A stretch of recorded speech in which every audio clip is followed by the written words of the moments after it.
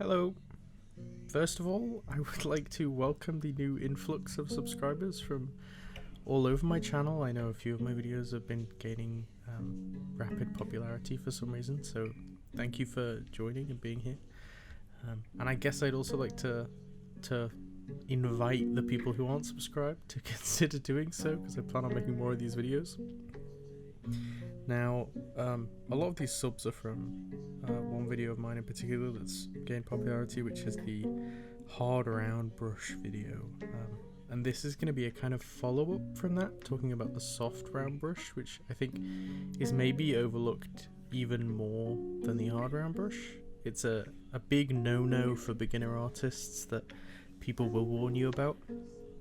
And I want to explore maybe why it's a no-no, because it definitely does have downsides for beginners, but why maybe if you're getting to a more advanced point with your art, you might want to start thinking about studying with it. Because I've been having great fun making studies with it. I'll bring a couple of studies on screen now. I know that a big issue for people beginning to study or beginning to paint is just starting. It's exactly that. I've done a video previously about how things in motion stay in motion, and it's the same with you when you're painting. As soon as you can start painting and get those first few marks down, that pure white canvas isn't so scary anymore. And that is exactly what the soft round brush is perfect for, because as you can see from this painting I'm doing, you can roughly jot down the values and the hue and the saturation without worrying particularly about placement and accuracy, because it's so soft and undefined. Just roughly, where that area is, you can put the right value and colour down, and then come back to it later and define it. So that's point one, which is it's easy to begin. And that serves a lot of utility, because the easier it is to begin, the more studies you're going to do, the better you're going to get. I think this is something that I've been thinking about for a while, is we need to arrange our kind of workspaces and our workflows that will allow us to begin very easily.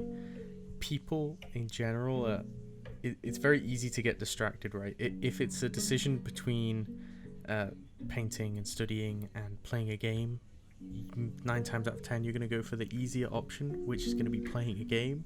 But if you make painting as easy as possible for yourself so you can just get right into it, which is why I have action keys and all sorts of things set up, you're a lot more likely to say, okay, I'll do the paint study, because you can just get on with it and get it over with and done and learn something from it, and it's quite useful. So that's point one. Point two is speed. Now this footage in the background is sped up by 2.5, so it was originally 20 minutes and it's going to end up being about 8, give or take. And the soft round brush is brilliant for this, because all of those large swathes of transitionary kind of colours and values, you can get them down very quickly without too much concern about exactly where they're going to go, where you're going to have your hard edges, because the hard edges are something we're going to decide afterwards, and that's what I want to go on to talk about. So, got point one, easy to start. Point two, it's quick. Point three is terminus lines and the difference between core and cast shadows, and this is maybe more complex to think about, and this is why I wouldn't really recommend using the soft round for people who are beginning their digital art journey, is because it does require a certain bit of self-restraint and control to get an image that looks like it would work. So first of all, we have to worry about terminus lines. So a terminus line, or a core shadow, I think what people call it, is the area in between light and shadow, where light and shadow kind of meet. Our eyes play this trick on us where it will appear darker. Depending on how much bounce light there is in your scene, it might actually be darker, and we can exaggerate that for artistic effect and to make the image look a bit more realistically rendered. And the soft round is perfect for that, because you can just glaze over these lines and borders in between light and dark, just very lightly, and reinforce them, and it gives this really nice impression of how lighting actually works and how these values should actually work with next to minimal effort. And on a similar point, you have the difference between cast shadows and form or core shadows. So I've done a video about this before, which I'll link, but in essence it is any form that turns away from the light is a form shadow, which means you're going to get a softer transition from light to dark.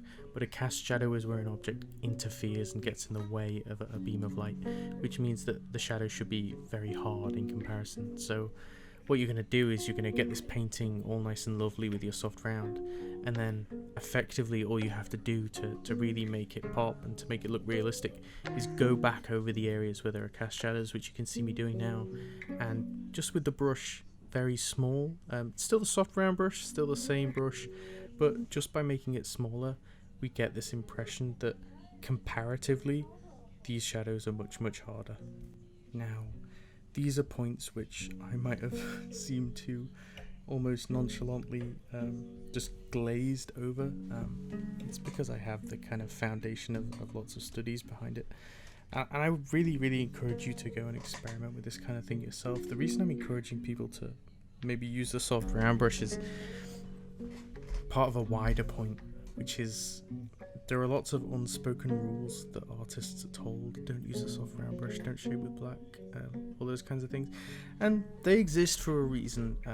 You know, they are simplifications of kind of wider fundamentals that are going to instantly boost the level of your art by just a small increment. But you need to be encouraged to figure out why these rules exist in the first place, figure them out yourselves, test them, rather than just maybe accepting them as truth. I know that there's a lot of social media art stuff going around, like you get these tool tips on Instagram where people make little slides of, I don't know, helpful things that you can do, and it's very reductive. It's like, oh, this works, this doesn't, here's a tick, here's a cross.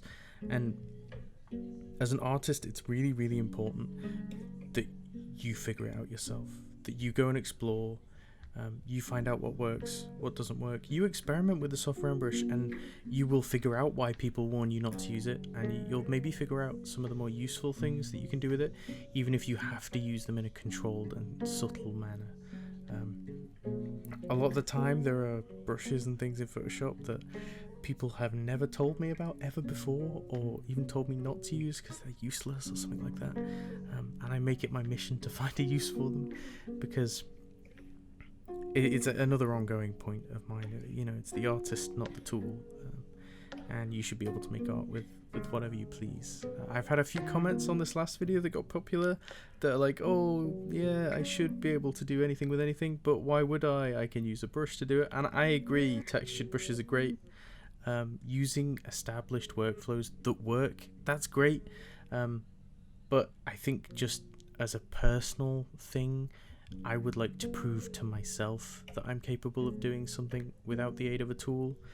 You might not necessarily have that concern, but it's something that I think can be quite enriching, and you can bring a lot of these things that you discover back into your actual workflow, even if it's in a less noticeable way.